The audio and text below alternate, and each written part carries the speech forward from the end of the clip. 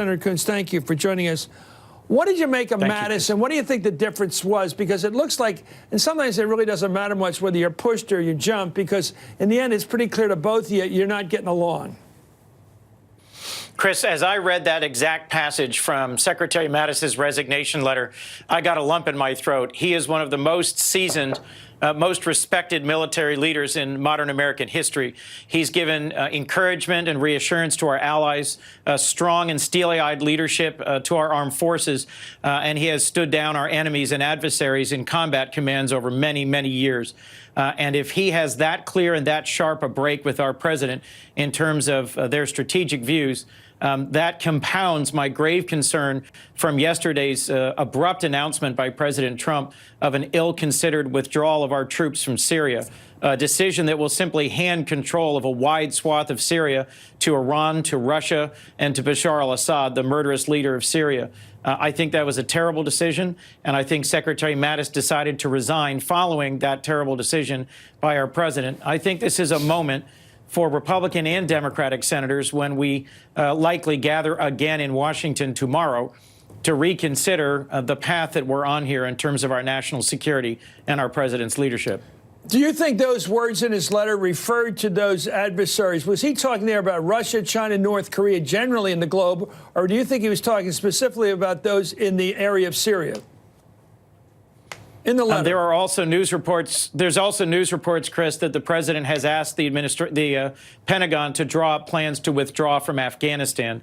My hunch is that the decision to withdraw from Syria and other moves President Trump has made with regard to North Korea and potentially Afghanistan in combination led Secretary Mattis to conclude that President Trump does not have a well-grounded or clear-eyed view of how to confront our adversaries and how to work in partnership with our allies. That's what I read in that letter of resignation.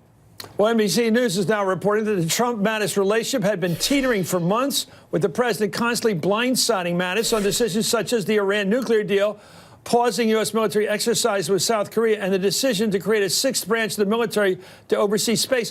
What do you know, as a member of the Senate and Foreign Relations, what do you know about what happened that led to the decision to pull the 2,000 troops out of Syria? Was that something so abrupt that he couldn't call up his Pentagon chief and tell him, guess what, I'm thinking of withdrawing our troops from Syria? How did it happen? Do you know? What I know is that a number of my more senior colleagues were not informed and were not consulted.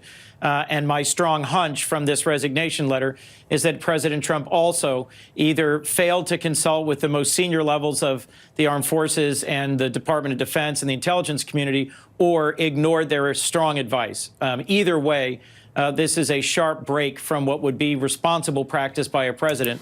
I'll remind you, Chris, President Trump is our first national leader to have no previous experience, either in military service or elected office. And when he first came into office, he benefited from the advice of a number of folks like General McMaster, General Kelly, and General Mattis, who were widely respected and well-grounded in national security policy. This abrupt resignation by Secretary Mattis should give all of us pause, particularly following such a bombshell announcement as our president's announcement that he intends to abandon the Kurds and hand over much of Syria to Iran, to Turkey, and to Russia. Okay, thank you so much, Senator Chris Coons of Delaware.